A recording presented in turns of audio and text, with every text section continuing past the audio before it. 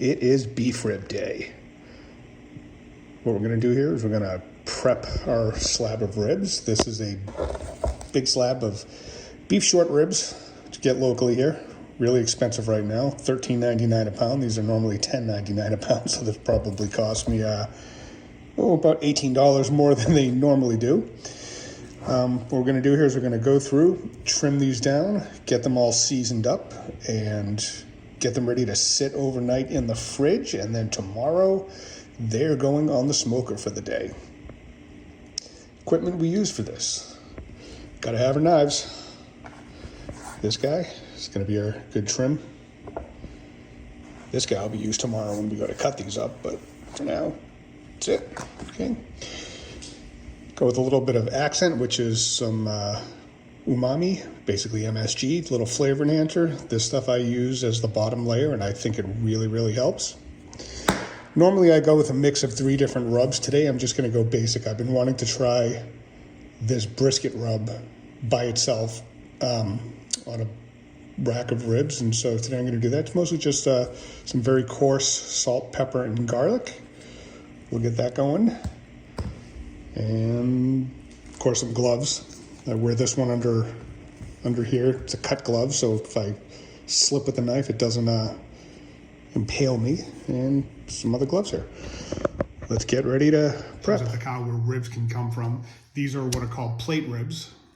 There's also chuck ribs, which are a little tiny bit smaller in the bone size. And then there are also back ribs, which are, if you've ever had prime rib, the back ribs come right from underneath where the prime rib is.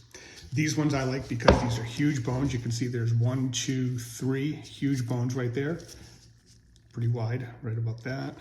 Right there, right there. And pretty thick on top here. When these cook, this is gonna shrink up and pull towards the middle, and this is where we're gonna have these big fat honking ribs where gonna look delicious. These are my favorite to do. These are what are also called the dinosaur ribs. Let's trim.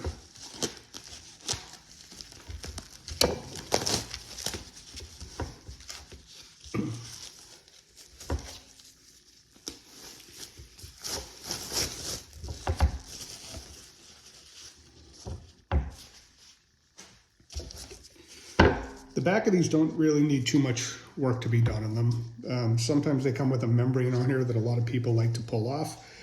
This doesn't look like it has the membrane on. If it does with beef ribs, I don't care about pulling it off. I'll leave that on there because it kind of holds the ribs together a bit.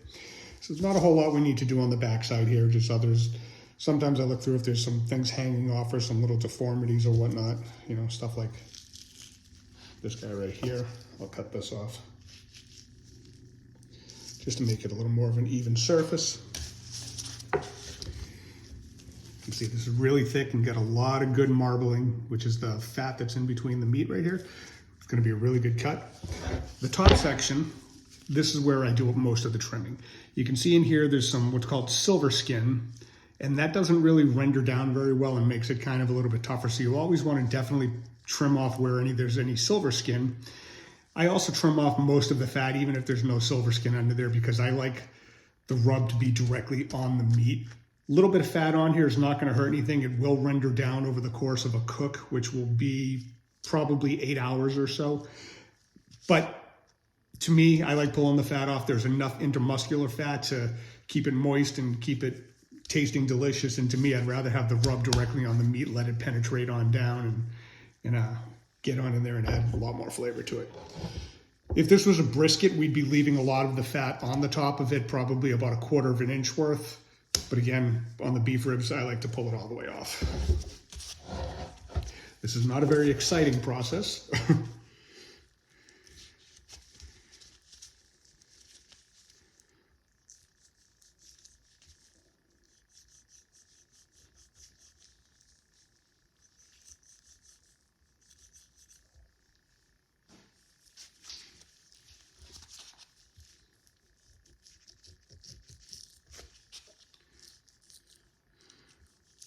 What we're trying to do is just take off the fat, try not to take too much meat off there, of course. Just getting that top layer in there, get the knife under, work it, and pull it on out.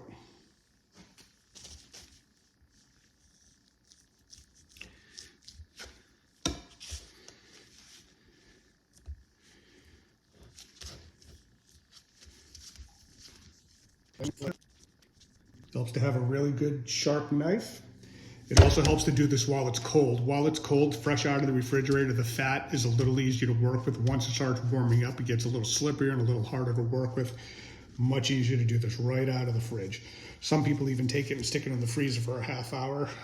I don't find it necessary to do that because my fridge is nice and cold. And you can see, just get the knife right under and just work it right through pretty easily.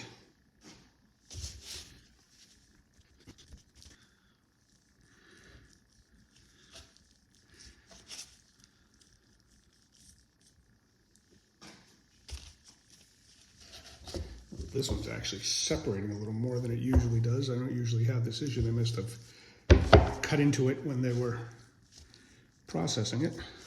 That's okay. Still gonna taste delicious. Mostly the fat that we want to cut off is a little bit harder stuff that's not gonna render, like this right here. Underneath the top layer though, it'll get to some of this kind of white, like more of a fluffier kind of fat. That'll render down nicely. We don't have to worry about that. And some of it goes all the way through the meat, so there's not a lot we can do for it anyway. Like, see, that's gonna go right there, but we can leave that. That's just gonna be flavor.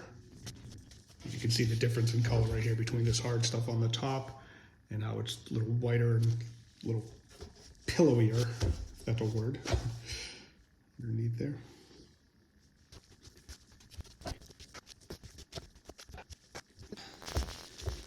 Most of this is going to be fat that's not going to do us any good to keep carving. Clear up this corner just a little bit. Make it a little more even so it's not hanging off and more rounded. I don't want these little flaps hanging off.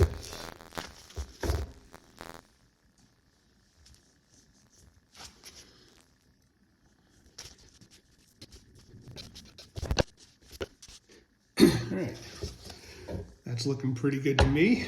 We've got mostly just a little bit of the fat that'll render down. Again, you can see all this fat that's in the muscles right here, all the white stuff, that's the intramuscular fat. This is going to be really good. It's going to render, make it nice and moist and juicy and delicious. Shape is looking pretty good. This isn't for a competition or anything, so I'm pretty happy with what that's going to be. That'll cook up nicely. This wasn't disconnected, but that's okay. All right, so now we're going to season. First thing, I'm going to start with the accent. I need to give a good layer on here. It's a big, thick cut of meat, so I don't worry about over seasoning this at all. And this is more just going to sink on into the meat.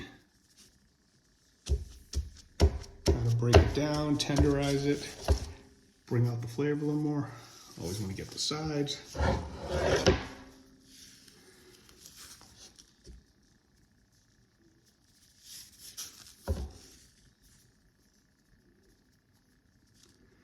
And I do also do the bottom side, the bones, just because I like to. It's not going to make a difference. Mostly it's just fat down here and if there's membrane on there, but you never know. Actually, there's a little piece on here that needs to come off, some of the fat.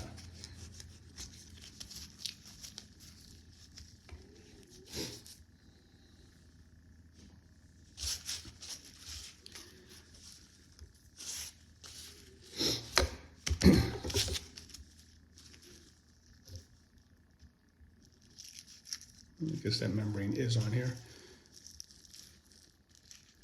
Like I said, typically leave the membrane on. It'll help with beef ribs. On pork ribs, like baby backs or St. Louis, you pull that membrane off because it makes the rib a little tougher.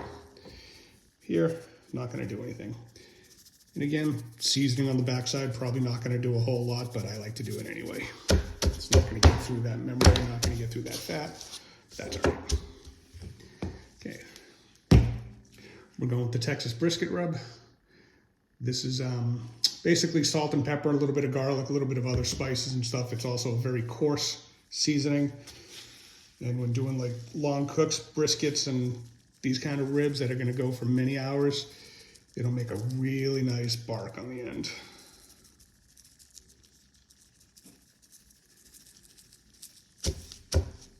Sometimes I do use a binder by putting down some oil for the rub to stick to. This seems like it was pretty moist. Didn't really need to do that today. Try to get all the sides. Press it in.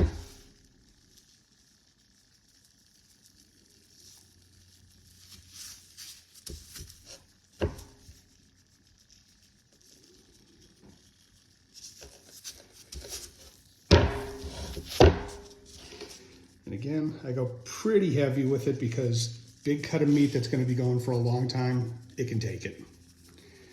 What I'll do is I'll leave this in the fridge overnight. A lot of the seasoning will break into the meat, kind of salt will break down, get into the meat, get all the seasoning in there.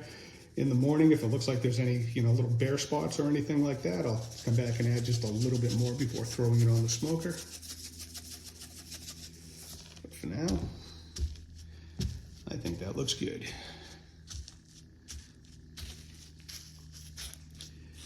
The other seasonings I use usually have like a lot more, paprika and cayenne and all those kind of stuff, so it's a little more orange in color. But today, like I said, basic salt and pepper kind of rub, pure Texas style.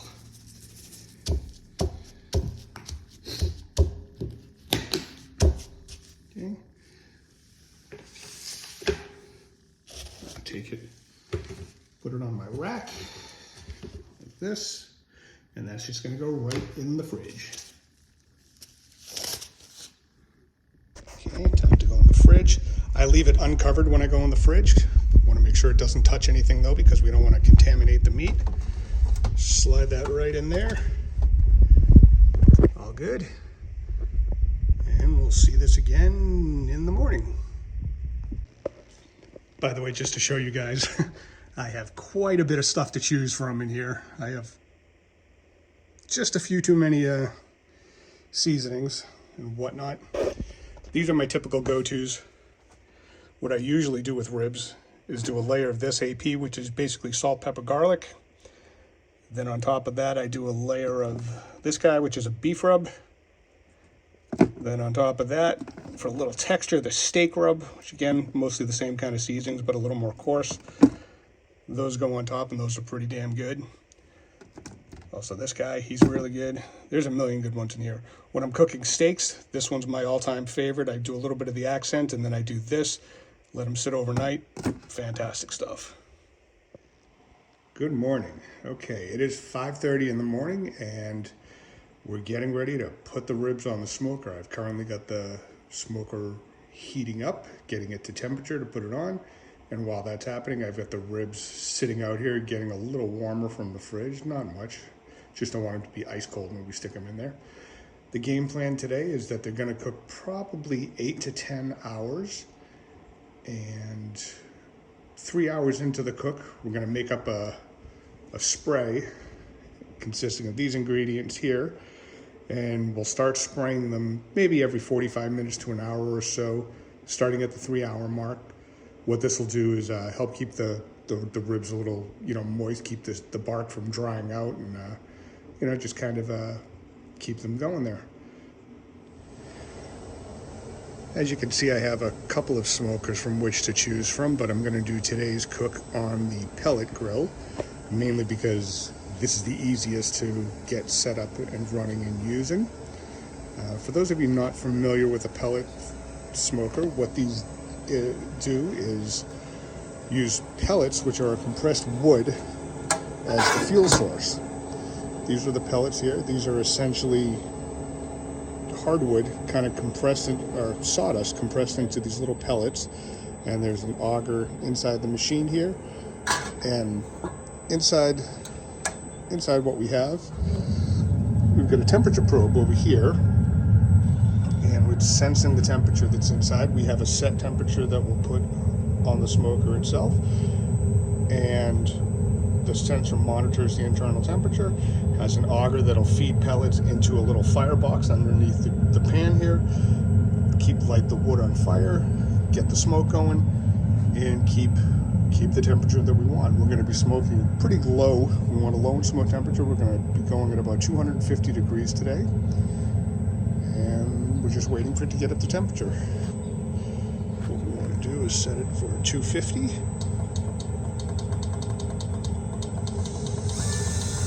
Start feeding everything in and getting it nice and hot. I also keep a pan full of water in here. This helps regulate temperature a little bit, and it also, as it burns, provides a little moisture, keeping the meat a little more moist and helping regulate the temperature. Okay, we have come up to temperature. It's currently 254 Fahrenheit in here. That'll be about good. We're going to let it start cooking. As you can see, I've inserted a thermometer here into the meat. This is going to allow me to monitor the internal temperature. What I'll do is set this for my desired final temperature. I want it to come out to be about 203 or so. I'll set it for 205. Start checking it later when it gets up between 198 and 203, and usually it's done at that point. We'll keep monitoring, but this is a good way to keep looking for the day. All I have to do is come out, look at the display, see where we're at, and go from there. So it is time to start cooking. Take this.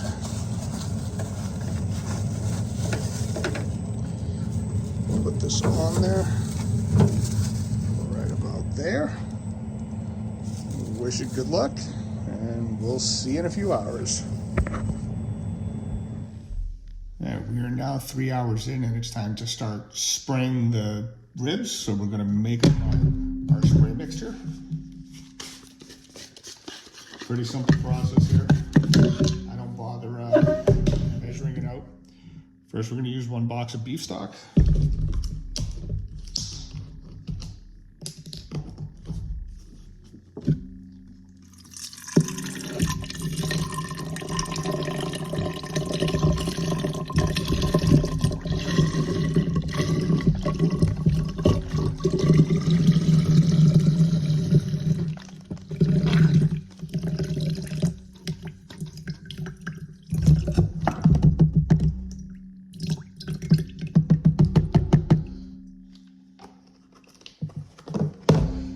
Throw in a little Worcestershire sauce.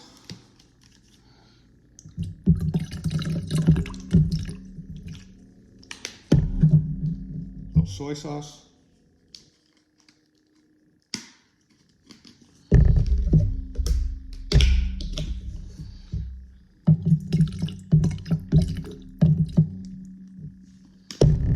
And a touch of liquid smoke just because.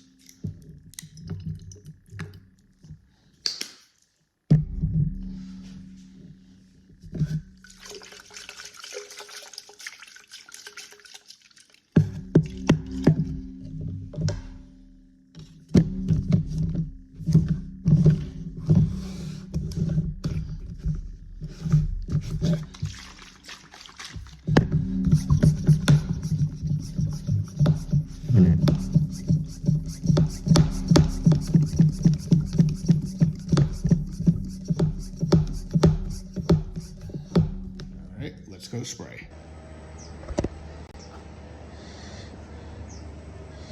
All right, it's starting to look good. You can see here it's coming along good. The bark is starting to form, but not too much yet, and getting a little dry in here, so that's why we're going to spray.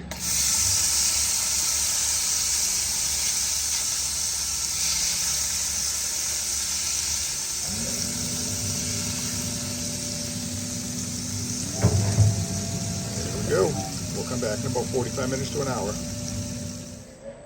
I just came out here to give it another spray and check on things, and thought I'd show you guys what's going on here.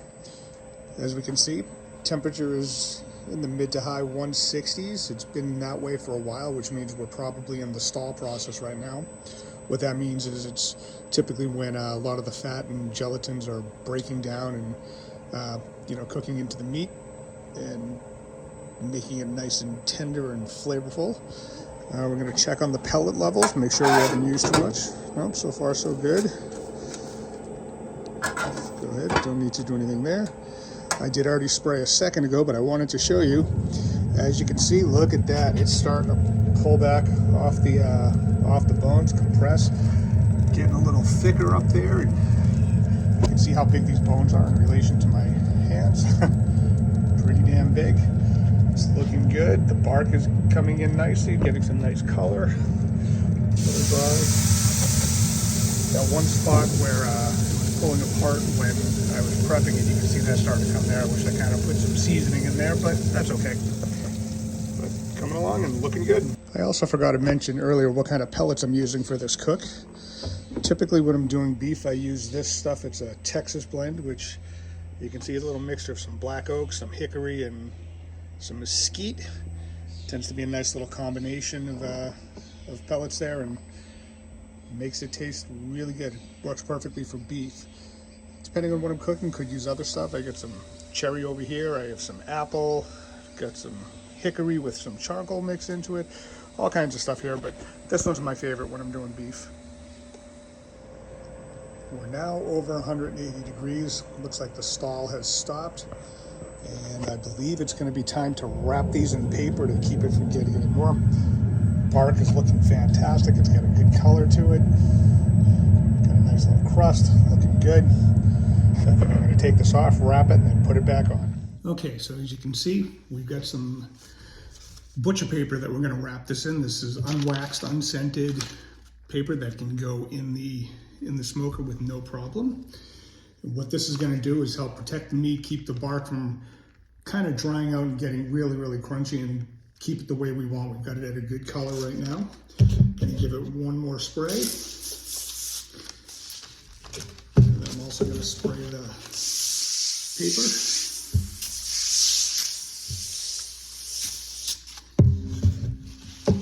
Now we'll wrap this on up.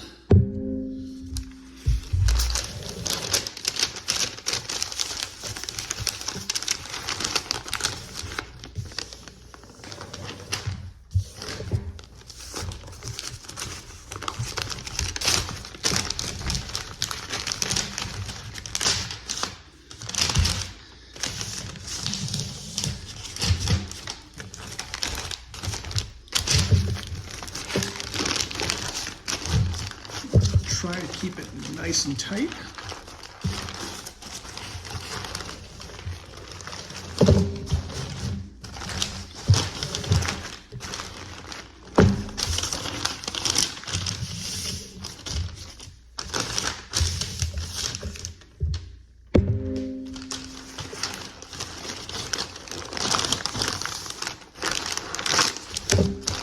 And there we go. Now it's going to go back on the smoker and finish cooking. Here we go, back on the smoker. We've inserted the probe again, waiting for it to get back up to what the temperature is. And like I said earlier, we're probably going to go to somewhere between 198 and 203 Fahrenheit. Basically, when it gets to 198, we're going to start checking the tenderness with this probe. And once it feels like this probe is being inserted into warm butter, not a lot of resistance, then we know it's done, at which point this is going to come off and it's going to rest in a cooler for a couple of hours, hopefully, depending on what time this finishes. And then we'll cut and serve. See you later. Okay, we have hit our target range. Let's give it another check. Oh yeah, that's going in like butter.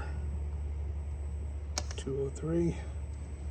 There is no resistance here whatsoever.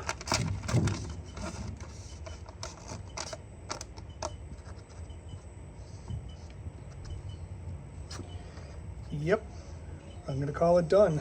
Time to take it out and let it rest. So the ribs have been resting for about 5 or 10 minutes or so. They've started coming down a little bit in temperature, and now comes the real rest. What we're gonna do, wrap these in a towel-lined cooler and let them sit for a good hour to 2 hours or longer, depending on, well, when my friend gets here and we get ready to have dinner. So what that's going to do is it's going to allow the meat to reconstitute, basically get some of the juices back into the meat.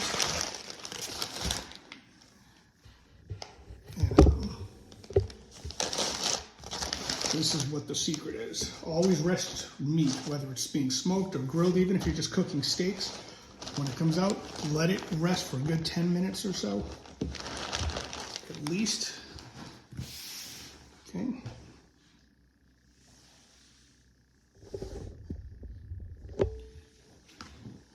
Putting some more towels in here. Wrap that good. See you when it's time to cut them. All right, so this has been resting in a cooler for about an hour and a half now. And it is finally the moment we've been waiting for. Finished ribs, dinner. And that is looking really good.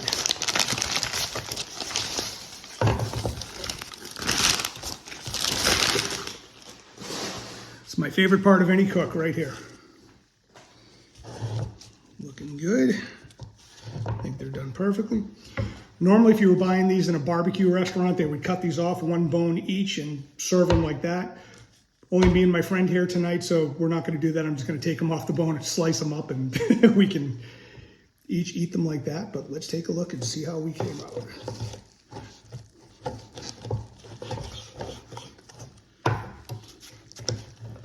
Oh, we're looking picture perfect. Look at that smoke ring on there. That's awesome. Look at that. That's really nice. That's about as good as it gets appearance-wise. Now we just got to wait and do the taste test. Bone pulled right out. I think that means it's done.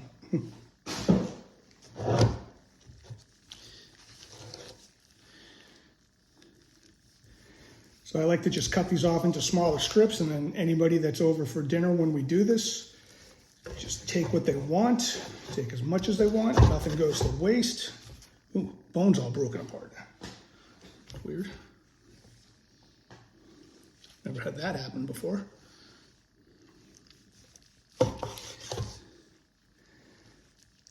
The bark on here feels like it's got a nice chew to it, but not too crunchy. I think this is going to be good.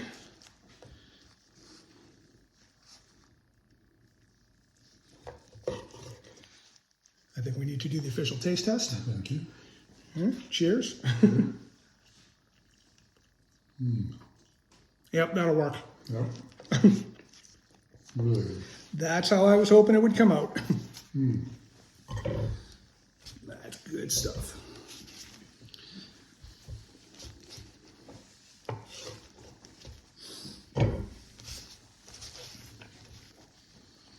Oh, perfect.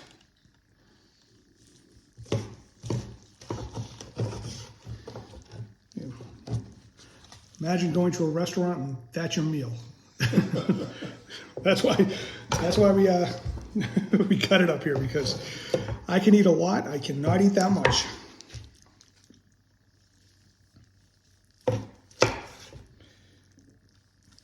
It's cutting through perfectly. The bark is not breaking apart. The tenderness when you took a bite there was on point. Flavor profile is good.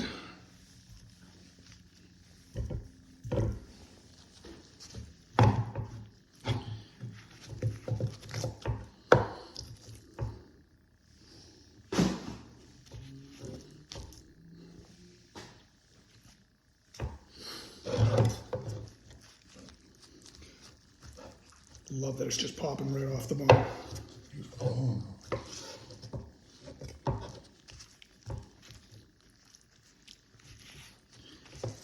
Little membrane of fat on the bottom there. We don't need that.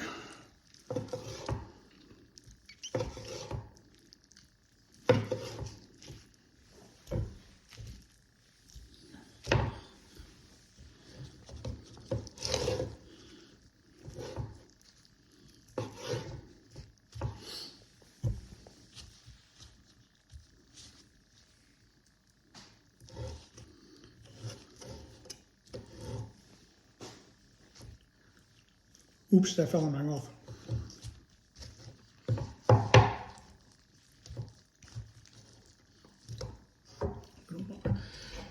And there you have it, guys. Beef ribs. Hope you enjoyed the video. Cheers.